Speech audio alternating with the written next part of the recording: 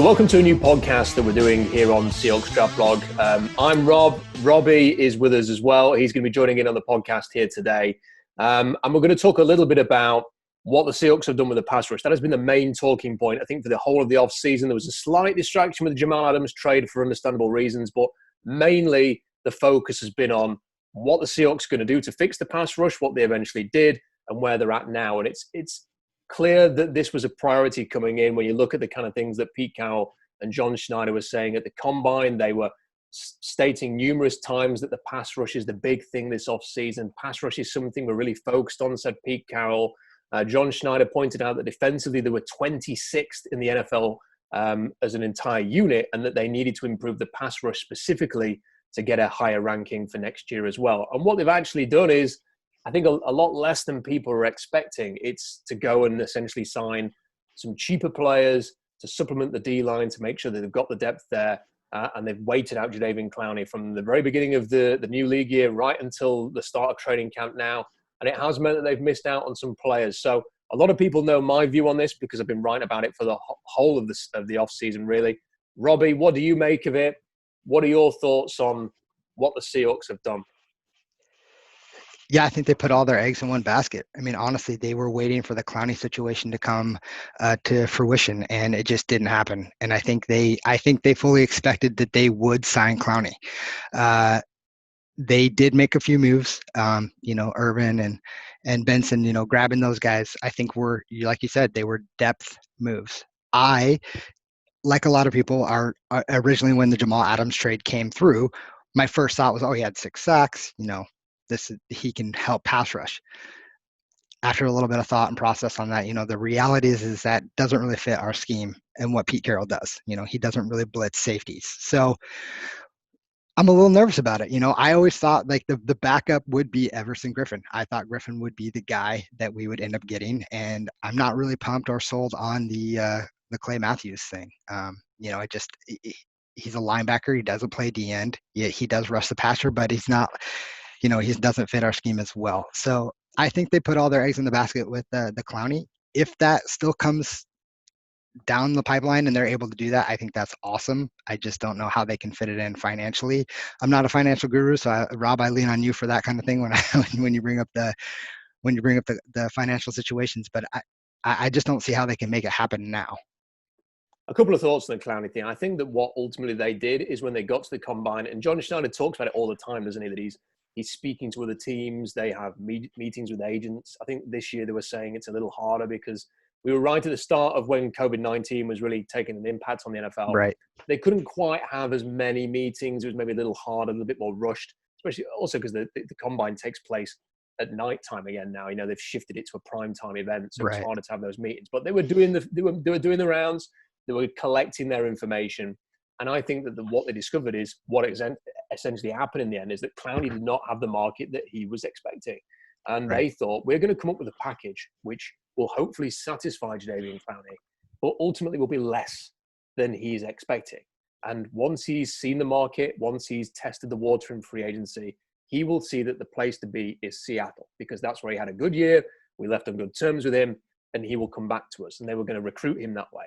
But what has actually happened is Jadeveon Clowney said, no, I think my value is this. I am not going to play for anything less than that. If he's even lowered his value slightly, it's only by a little bit. He's not going to suddenly take a 1-year, $6 million deal like Everson Griffen. And he seems to me, Robbie, like he's prepared to sit out a season and re-enter free agency next year in order to prove a point. And people have said, well, is he being selfish? Is he getting bad advice? I think it's just that the player has decided this is what I'm worth. And if you're not going to pay me, I've got $50 million in the bank. And he's not wrong.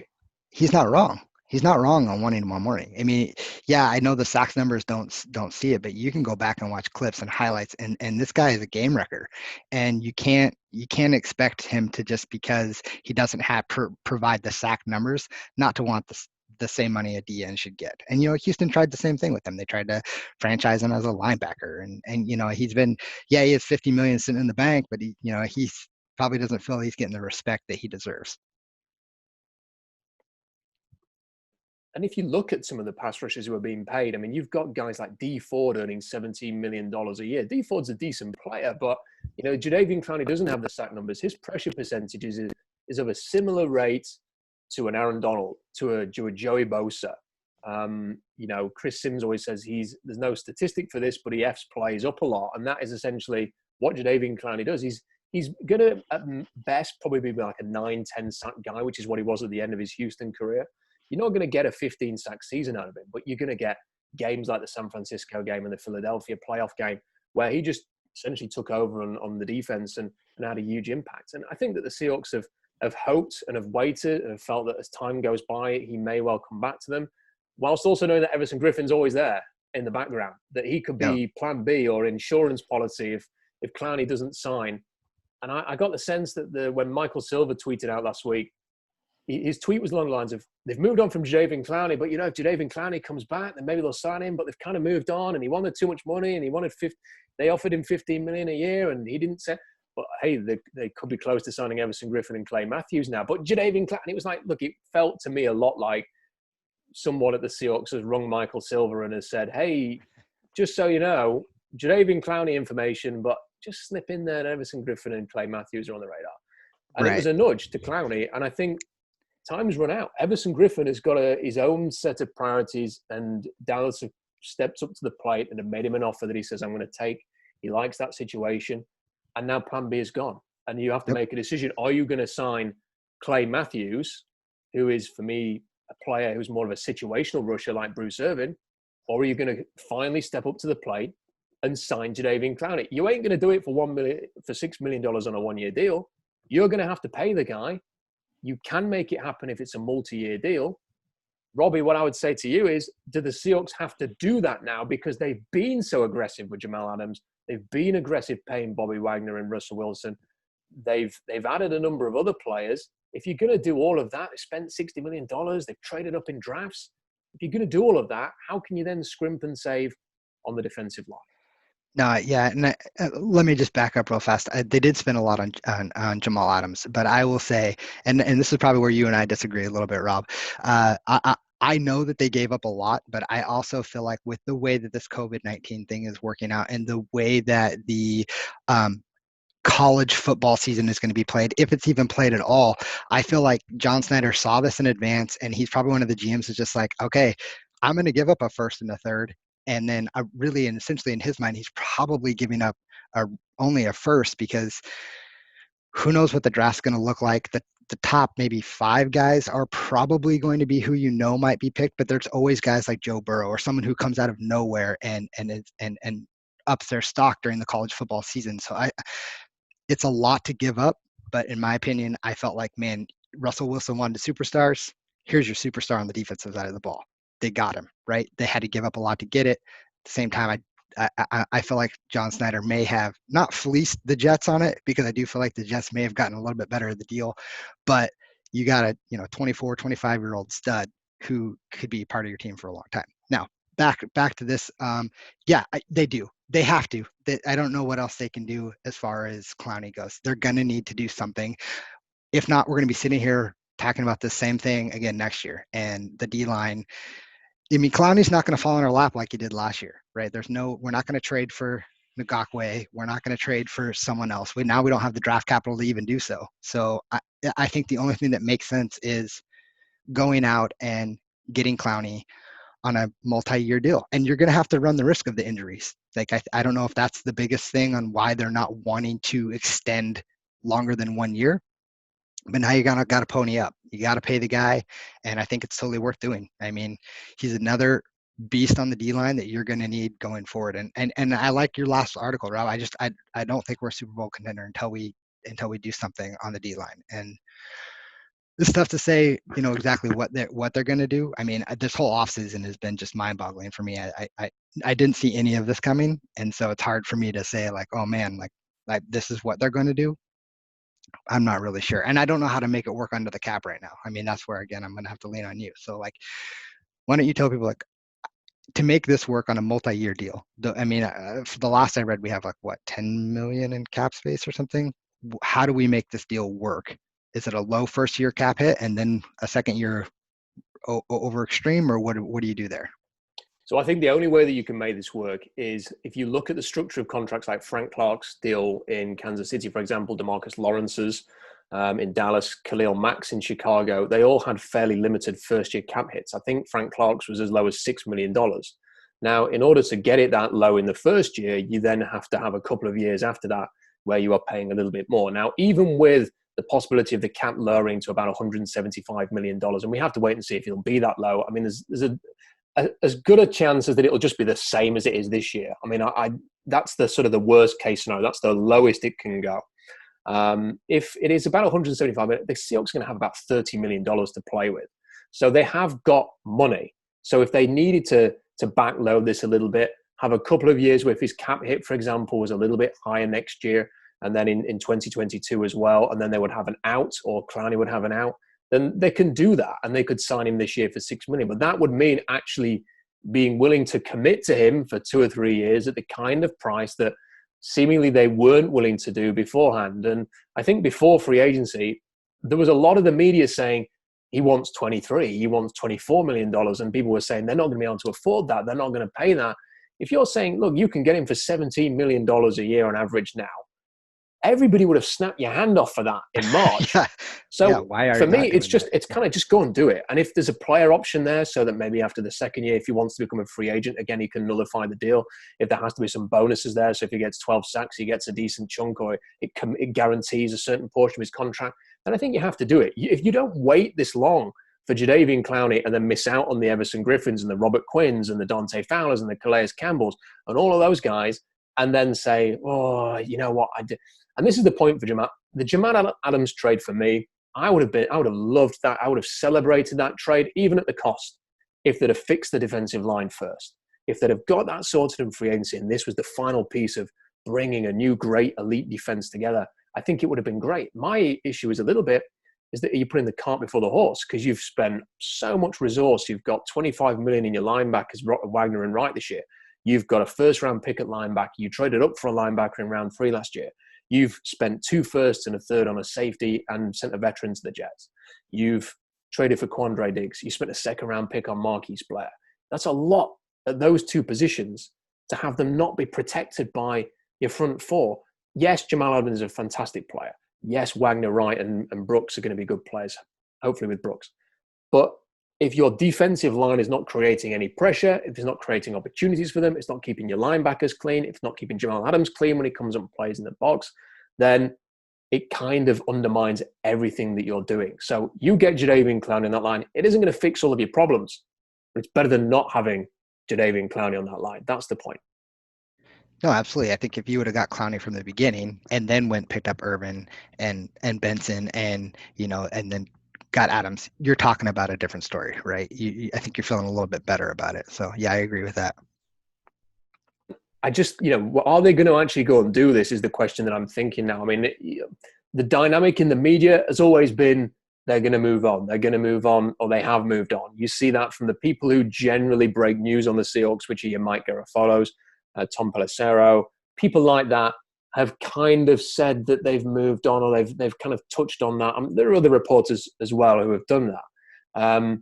It was Ian Rappaport, who he's not known for breaking Seahawks news on Twitter. He obviously breaks a lot of news, not so much when it comes to Seattle. He was the one who was kind of bringing it back to the table today and saying he's still out there, maybe they could do something. But I kind of feel like they have to do something. And my concern is that if they go into this season, Robbie, with a defensive line that PFF has said is the league's worst, and they've got a point, and even if you don't think it's the league's worst, it's going to be in the bottom 5, just looking at it on paper, then it can undermine everything else that they're doing. And this, you've got a fantastic quarterback.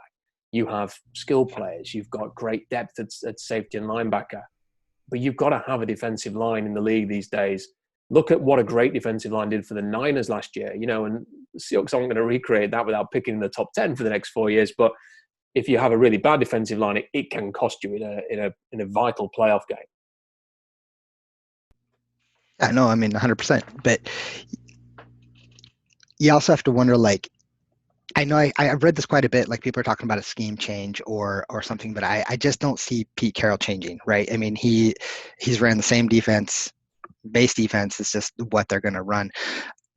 I do wonder, though, if they have a plan. Like, do they see something that we're not seeing? Maybe they see something in LJ Collier that we haven't seen yet, right? I mean, they did spend a high first round pick on someone. Maybe they're, I mean, this is asking a lot of someone who didn't play at all or very much at all last year to really step up his game and be a Jadeveon Clowney.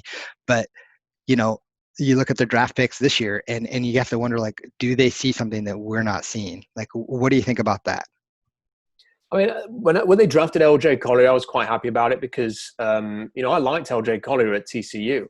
When you actually watch the way that he rushed the passer, there was some skill there to him. I mean, you would never look at his profile and say he's a twitchy pass rusher who's going to, threaten top left tackles and be like that. But they drafted him to be a Michael Bennett type player, and you could definitely see some of that in his final year at TCU. So it's worth not writing him off just yet. But he had such a rough first year, and we're going to get to find out whether that was down to the ankle or whether or not a player who is just fairly limited as an athlete is capable of coming in and rushing the passer at the kind of level that the Seahawks need from a first-round pick. Maybe they have seen something there. I personally think that they see it the way that we do, that they've still got to get something done here, which is why they've kind of left the door open for Clowney, why they've been linked with Everson Griffen and Clay Matthews. And, I just hope that they're not going to go into the season with Benson Mayowa as their primary pass rusher, because he's a decent rotational piece, but he's not necessarily, the primary rusher that you want to see, especially in a division which is the toughest in football. Yeah. I think the reality, though, is that we might go into the season with that. And I don't know what that's going to look like. I mean, what did Benson have last year? He had like eight sacks or something. I mean, I don't know if we can expect that out of him this year. We've had him before, and he didn't produce that kind of production in Seattle. So it'll be interesting to see exactly how they're going to do it. You're right; they're not done. I know they're going to at least add a D tackle. They should at least. I just don't know if they can pull it. Clowney, I think it comes down to just, does he want to play his first year at $6 million? I mean, is he hoping Tennessee comes in and says, we can afford to give you 17 or something right out the gate? Like, I don't know. I think there's a lot of teams frustrated with Jadeveon Clowney. I don't think anybody anticipated that he was going to do what he's done. And, look, it's his prerogative. He wants to stick to his guns on this and not take a lesser deal, then that's his choice. But I think there are a lot of teams there that think, we've got a fair offer to you. You're not getting anything else. I think Tennessee are one of those teams. I don't know if you saw their head coach recently, Mike Vrabel was asked about Clowney, and he kind of just sunk his head into his hands because he was tired of being asked about it. But I think that was some of that frustration coming through, and I think the Seahawks have had some of that as well. I think they'll do something. I'm interested to see what they do, because even last year, it felt unlikely they were going to go into the season with Barkevious Mingo and an injured Ziggy Ansah and Cassius Marsh as the pass rush threat. It felt like there was another domino to fall in, and it ended up being Jadeveon Clowney. Hopefully down the line that will happen again. But I just wanted to finish on this podcast, Robbie, with a general thought of the Seahawks offseason. As you mentioned, it's been a strange one because I expected a heat of a real load of activity at the start of free agency, and it didn't happen. And then you have the draft. And I thought they had a reasonably good draft. I don't think they necessarily came into the draft in the strongest position. They had to draft for need in certain areas. Darrell Taylor is a good example of that. He's now seemingly destined for the PUP list and not going to contribute much this year, but because they had to draft a defensive end and they had to trade up and get the one that was left that they liked, it kind of put them on the back foot a little bit. But I think overall, you can understand the players that they've drafted. You can find reasons to be positive about all of their high picks going right through to day 3 as well. I think what is puzzling for me is, why the Jamal Adams trade happened so late in the year. Because if they really wanted him, and they clearly did because of the compensation, why did that happen in end of July, August, and why didn't it happen a lot sooner? Because I doubt the Jets would have turned that down at any point this year. And the other thing is like where it leaves them now, because they do not have, not going to have a first round pick until 2023. That feels like a long time ago. Maybe we'll be able to go to the cinema by then and do some of the things we're not able to do at the moment. But that's a long way away, and they're going to have to replace Dwayne Brown at some point. They've got a lot of free agents next year, a lot of guys on 1-year contracts. How are they going to be able to replace all of these players who some of them are going to leave, some of them in Dwayne Brown's case may retire. They're going to have to replace these players without the stock in the future to be able to do it. And a first-round pick's not just about one player taken in the first round. It's that ability to trade down and acquire more picks, or even as the 49ers did for Trent Williams, trade picks for other players as well to fill holes. And they're going to have trouble doing that for the next 2 years. Yeah, I mean, the only thing I could say on that is, I think the Jamal Adams trade, it wouldn't have happened earlier in the offseason with the way COVID went. I don't think the Seattle Seahawks would have given up that much unless this was going on. And I think this is the reason why. I think Snyder sees that, this college football season is in jeopardy. And even if they do play, in conference or whatever, it's not the same. And I don't think you're going to see, other than maybe the top 5-10 picks, knowing those kind of guys, it's going to be a total crapshoot, I think, this year as far as the actual draft goes. So, Robbie, great to speak to you. This is the first podcast we've done. We're going to do a few more hopefully in the future. absolutely. If you like what you have heard from this podcast, then let us know in the comments section. Hit the like button because it's going to be on YouTube. And if you've got any suggestions, let us know. Apologies for the appalling lighting where I am. It's about lunchtime in Seattle, but it's nearly it's coming up to 10 o'clock here in England. So apologies for that. I will try and improve that situation for next time. But thank you for listening to us, and enjoy the rest of this off season. What little is left of it before the new season begins. Fingers crossed that new season is going to begin and the Seahawks are going to have a successful season. We'll see you soon.